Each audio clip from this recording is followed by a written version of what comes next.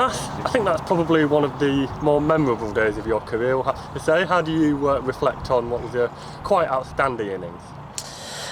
Yeah, look, obviously it's really pleasing to have contributed to the team in that way.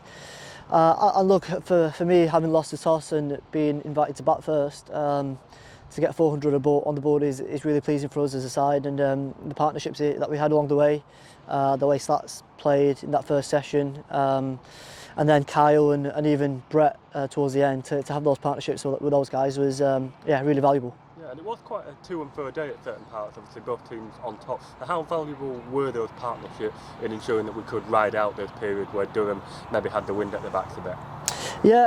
Yeah, very much to and fro. I think we, you say we probably won that first session and they won that second one.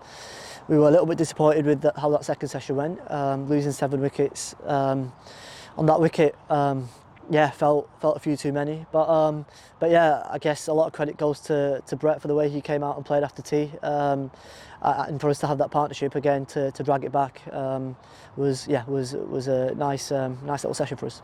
And how about the pace of your innings as well? Obviously started off quite fast. You mentioned obviously winning the first and plenty of runs on the board early doors, but then perhaps slowing down a little bit when you needed to, again maybe when Durham had the wind at their backs a bit. Was that a conscious decision, or was it just play each ball on its merit?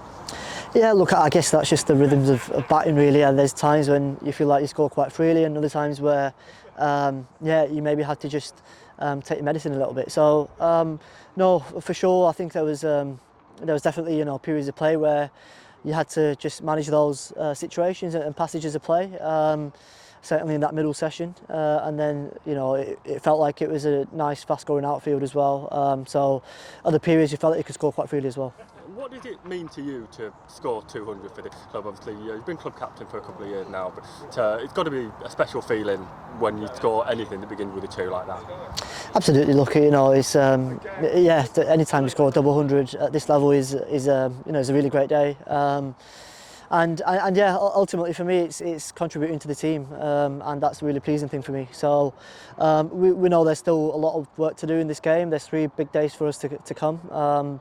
And it'll mean a lot more if I'm able to contribute to a winning cause. Yeah, and then just touching on the game as a whole, obviously you alluded to the toss. So would you have bowled if you'd won the toss?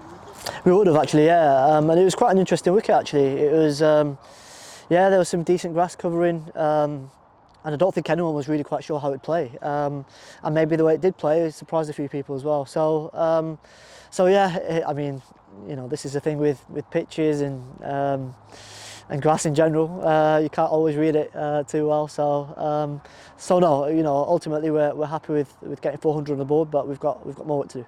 Yeah, with that in mind, then, was it particularly pleasing to get 400, especially if you, like you said, you would have bowled?